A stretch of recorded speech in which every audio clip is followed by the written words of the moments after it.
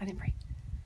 Well then, okay, so today we're going to talk about repairing and repopulating. We're going to talk about that gut. Like, what are you supposed to eat? So you've had 3 days of Karen talking about this microbe and how important it is to have this great microbe count in the gut.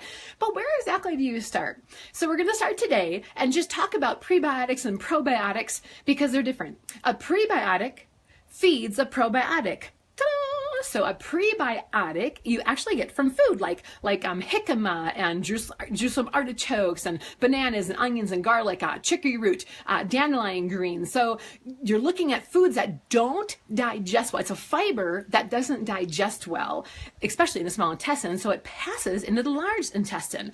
And in the large intestine, ta-da, that's where all your healthy microbes should be. And they ferment this undigested fiber, and that is what will help feed the probiotics. It's amazing what goes on in this world of ours here. And so the more prebiotics you can take, and granted, some of you don't walk around eating Jerusalem artichokes every day and chicory root, so you could just buy a prebiotic, but those prebiotics are actually very important to feed the probiotics. So the biggest change will actually happen in your diet because you want to avoid the complex carbohydrates. So now what do you eat? Well, you get into raw nuts and seeds, lots of vegetables, and you get away from no grain, no alcohol, no dairy, no soy, no legumes. You need to cut out the things that are going to feed the bacteria in your small intestine. So the foods that have a fiber or that doesn't digest in the small intestines well is fine. It's going to move forward. But the foods that are going to feed the gut bacteria, you want to start avoiding.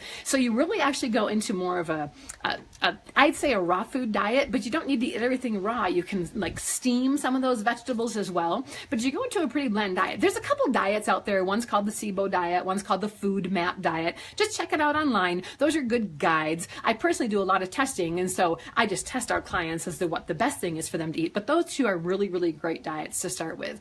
And then you've probably heard about the 4 R's, right? So you're moving, replacing, repairing, and repopulating.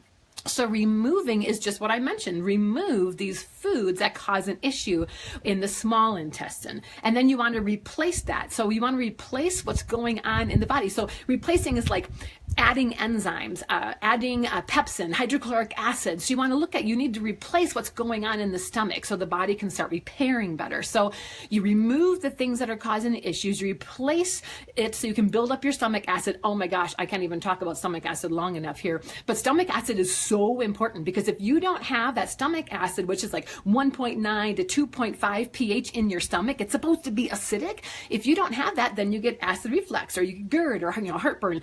And the issue is people then go take like an antacid, and that's not what you need. That is the last thing you need. You can reverse all those issues with your stomach acids, like an acid reflux, usually within 20 minutes for the rest of your life. So see me after class. But anyhow, very important to make sure that you have enough acid in the stomach. So now apple cider vinegar with like garlic and ginger and honey, and you mix that together and you take a big spoonful of that before you eat with some water. Totally important. You want to actually decrease the alkaline area of the stomach. The stomach needs to be acidic, period. If it's not acidic, your pepsin will not start breaking down your proteins. So when we have someone come in, they're like, oh my gosh, I can't break down my proteins, or I do a scan and they're not breaking down their proteins. I did one yesterday.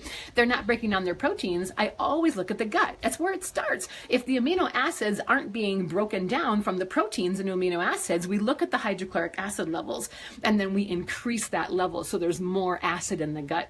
So that's what you do during the replace.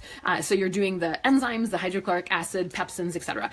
Then we talk about repairing. So now we repair, and I mentioned this earlier yesterday, but slippery elm is phenomenal. Aloe vera is phenomenal. Glutamine is wonderful. Glutamine can help repair the walls of the intestine. Zincs, omegas, vitamin C, E and C, those are wonderful. And omega-3s is what I meant, not just omegas. Oh my gosh, you don't need more omega-6s. So omega-3s, like from your fish and your walnut and your, I almost said karaoke. That has nothing to do with it. But anyhow, so, woo!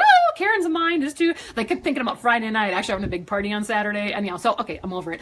But we're looking at like fish oil, flaxseed oil, walnut oil. You just get from chewing your foods. You're not going to go buy walnut oil, but you want to get these natural omega-3s. And then the last is to repopulate.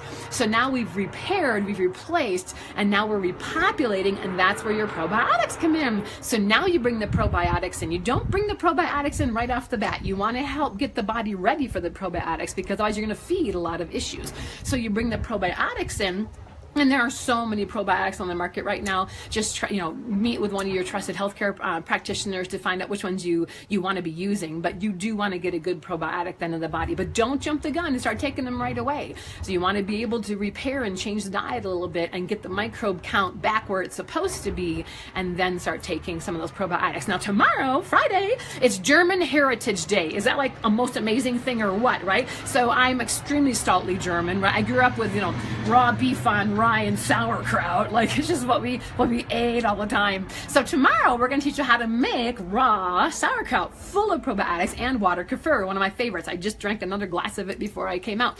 So these are great ways to add probiotics to your diet. So a lot of words today, sorry about that, but we're looking at prebiotics, feed probiotics. You want to repair the system, you want to replace the system, you want to re-inoculate the system, and you want to remove all the foods that you're eating that are actually causing issues. So this whole gut, it's a step process, and it takes time. It's like if you just start finding out you have all these issues with the gut, just know it's going to take time. It's going to take months for us to get your gut and for you to work on getting your gut back to where it was. But oh my gosh, it is worth it. There's nothing better than having a gut that is working amazing. So eliminate that gluten and the dairy, eliminate the foods that are complex carbohydrates, and check in tomorrow, because we're going to have a lot of fun making kraut and kefir. So leave a little message below. Share with us something that you're excited about, and go ahead and tell your friends about this series, because we have so much more coming. Have a fantastic day.